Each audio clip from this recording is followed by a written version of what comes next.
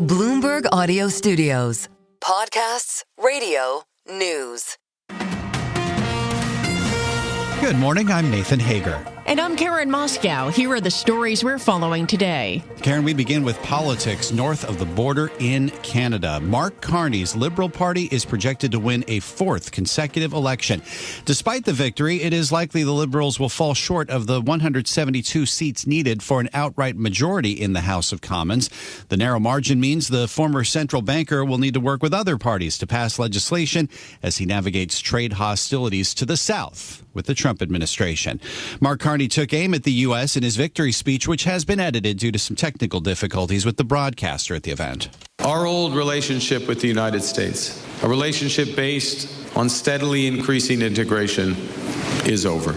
The system of open global trade anchored by the United States, a system that Canada has relied on since the Second World War, a system that, while not perfect, has helped deliver prosperity for a country for decades, is over. We are over the shock of the American betrayal, but we should never forget the lessons. The former head of Canada's and the UK's central banks, Mark Carney, became the Liberal leader just last month. On March 9th, he called an election. Just 2 weeks later, he campaigned as a tough opponent to President Trump, who has repeatedly suggested Canada should become a U.S. state. Well, Nathan, let's turn to politics on the U.S. side of the border. President Trump is headed to the heart of auto country, Warren, Michigan, to mark his first 100 days back in office tonight. Ahead of that, he's planning a trade reprieve for the auto sector. The White House said the president will reimburse automakers for tariffs on foreign parts and cars made in the U.S. And imported vehicles will get a break from separate tariffs on steel and aluminum so that multiple duties won't be stacked on top of each other. The changes will come just before the 25% tariff on foreign auto parts is set to take effect this Saturday, and you can hear President Trump's remarks on a special extended edition of Bloomberg Balance of Power. That starts at 5 p.m. Wall Street time on Bloomberg Radio, Bloomberg Television, and the Bloomberg Podcast page on YouTube. Meanwhile, Karen, trade tensions persist between the U.S. and China China appears to be holding firm. We get the latest from Bloomberg's Min Min Lo in Hong Kong. Wang Yi, the foreign minister of China, essentially saying in the BRICS meeting in Brazil that any country that compromises with the U.S. is only going to see the bully trying to take further advantage, and that doesn't sound like a de-escalatory tone from China. We also see how China, in the press briefing yesterday, announcing all these measures to help its exporters shoulder the pain of these tariffs, which shows that China is prepared to tide through this for a protracted war, and they're not in any urgency to resolve this. Bloomberg's Min Min Lo reports these latest comments from China's foreign minister come after Treasury Secretary Scott Bessent told CNBC it's up to China to de-escalate and that the U.S. has an escalation ladder that it's anxious not to use. Nathan, the Treasury Secretary has set a July 4th goal to pass President Trump's multi-trillion-dollar tax cut package. Congressional leaders have set different timelines, with House Speaker Mike Johnson aiming to pass legislation by the end of May and Senate party leaders targeting a vote by August. Nathan Dean is senior government analyst for Bloomberg Intelligence. There are going to be some tax cuts in this bill. I mean, so what they're talking about is a $5.3 trillion reconciliation bill. There's about $1.5 trillion earmarked in there for tax cuts. So primarily what we're thinking is no taxes on tips, no taxes on overtime, and no taxes on Social Security. Those are like the three main priorities.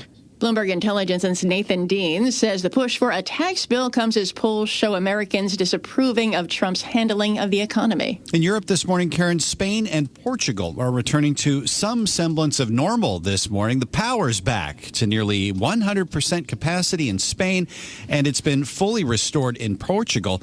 This follows one of Europe's worst blackouts in years across the Iberian Peninsula. We get more from Bloomberg's Rodrigo Orihuela in Madrid. We don't exactly know what sparked this outage, so there was an explanation that it had something to do with the frequency of the tension on the system, but that came from the grid operator early in the afternoon. The government subsequently, the Prime Minister himself subsequently said that there are all theories are still on the table and nothing has been dismissed. So the answer to how this happened hasn't been offered yet, and until that comes, I don't think anybody will be able to say what are the solutions. Bloomberg's Rodrigo Rodrigo Orjuela says the blackout has raised questions about the reliability of Spain's power grid. It is increasingly reliant on renewable energy, and the outage may have an immediate impact on Spain's economy.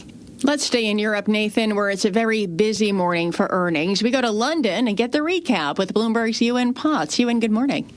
Karen and Nathan, a volatile quarter for markets has proved fruitful for Germany's biggest lender. Deutsche Bank's trading unit reporting record revenue in the first quarter with gains of 17% in its fixed income and currencies business.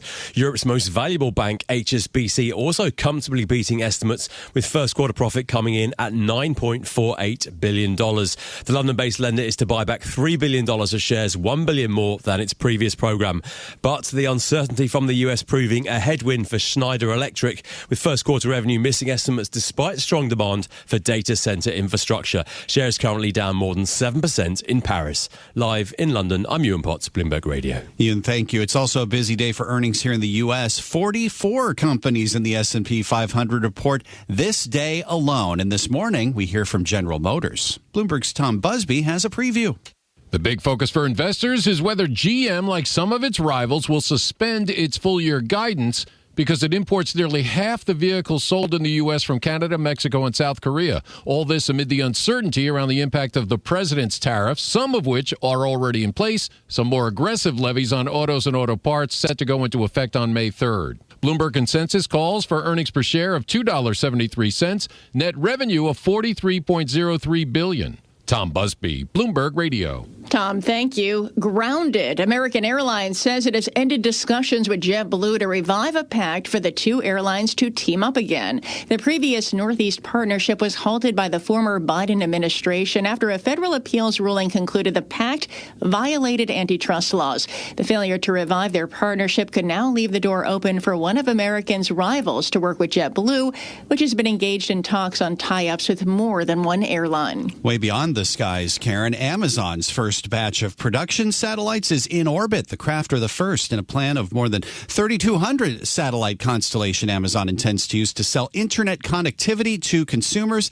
as well as corporate and government clients. That business today dominated by Elon Musk's SpaceX and its Starlink unit. Time now for a look at some of the other stories making news in New York and around the world. And for that, we're joined by Bloomberg's Michael Barr. Michael, good morning. Good morning, Karen. New York Governor Kathy Hochul says she reached a deal with the legislative leaders on a $254 billion budget that would raise payroll taxes on employers. Hochul, during a news conference Monday, compared her goals with her January State of the State address. I vowed to address the affordability crisis by putting thousands of dollars back in New Yorkers' pockets. I vowed to make common sense changes to our discovery laws to keep dangerous criminals from walking free over frivolous technical errors. The governor also secured a ban on smartphones in public schools and lower barriers to involuntarily committing people with serious mental illnesses into treatment. New York City's congestion pricing toll generated $159 million in revenue in its first 3 months.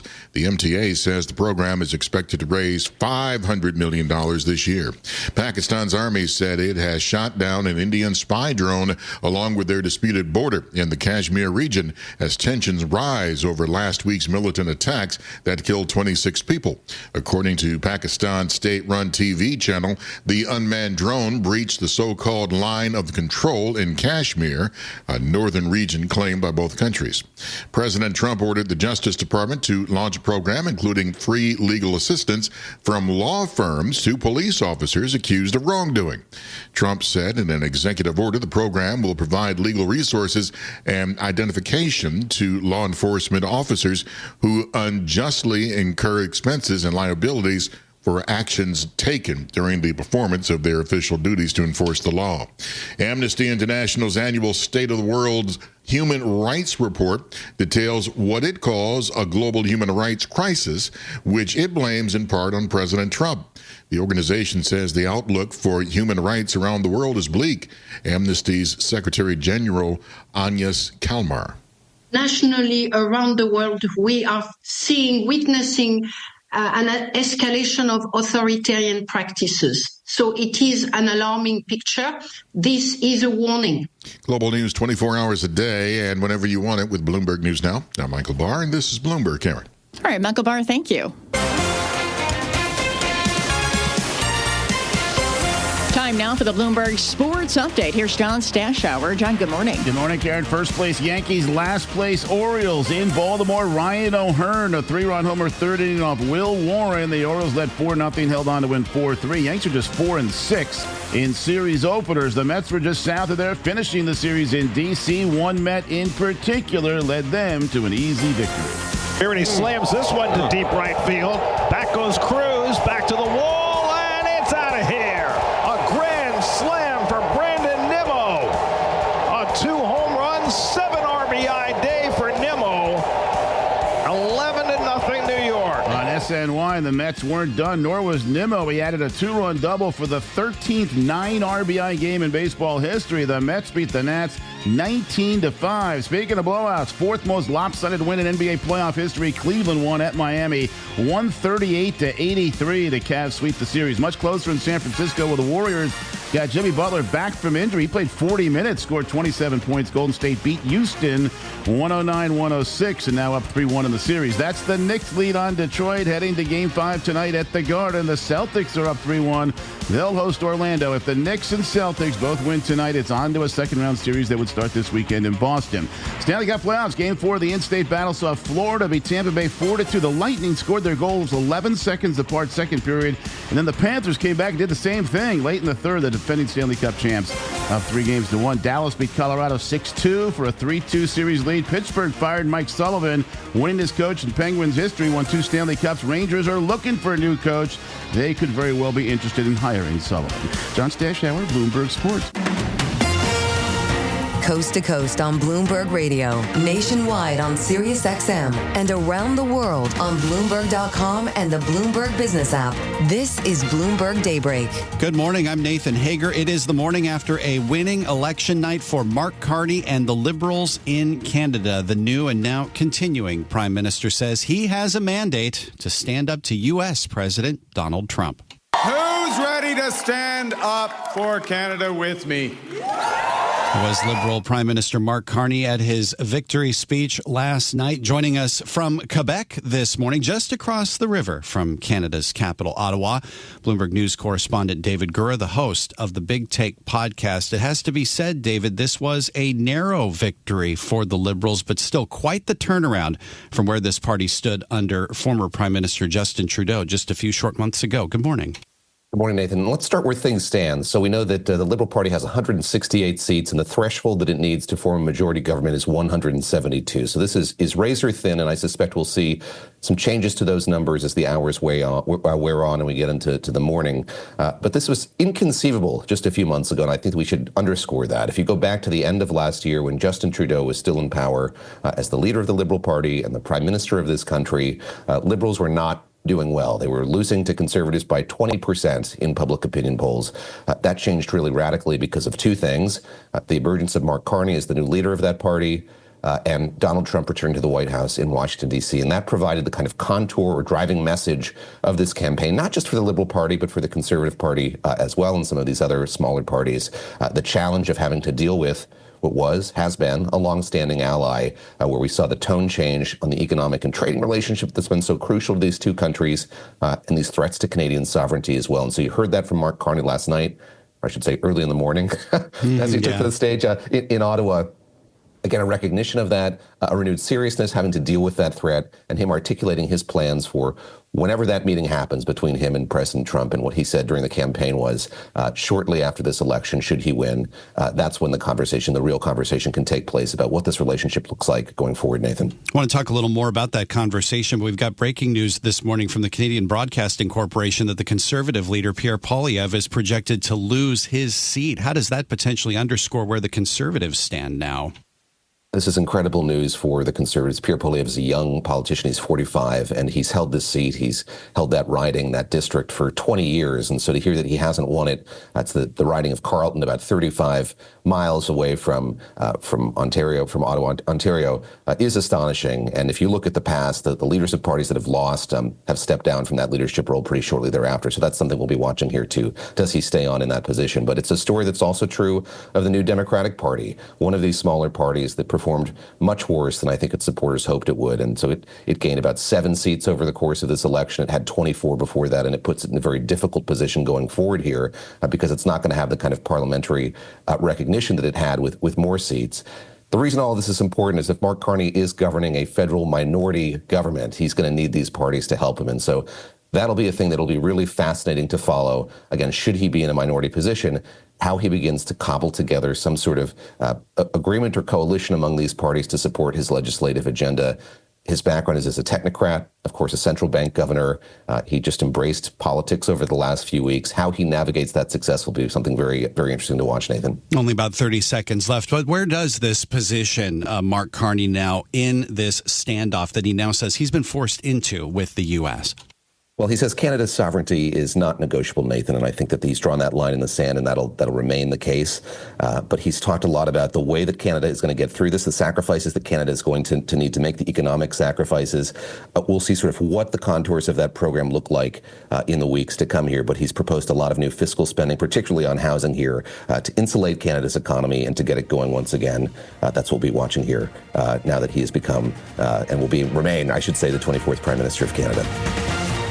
This is Bloomberg Daybreak, your morning podcast on the stories making news from Wall Street to Washington and beyond. Look for us on your podcast feed by 6 a.m. Eastern each morning on Apple, Spotify, or anywhere else you listen. You can also listen live each morning starting at 5 a.m. Wall Street time on Bloomberg 1130 in New York, Bloomberg 99.1 in Washington, Bloomberg 92.9 in Boston, and nationwide on Sirius XM Channel 121. Plus, listen coast to coast on the Bloomberg Business app, now with Apple CarPlay and Android Auto interfaces. And don't forget to subscribe to Bloomberg News Now. It's the latest news whenever you want it, in 5 minutes or less. Search Bloomberg News Now on your favorite podcast platform to stay informed all day long. I'm Karen Moscow. And I'm Nathan Hager. Join us again tomorrow morning for all the news you need to start your day right here on Bloomberg Daybreak.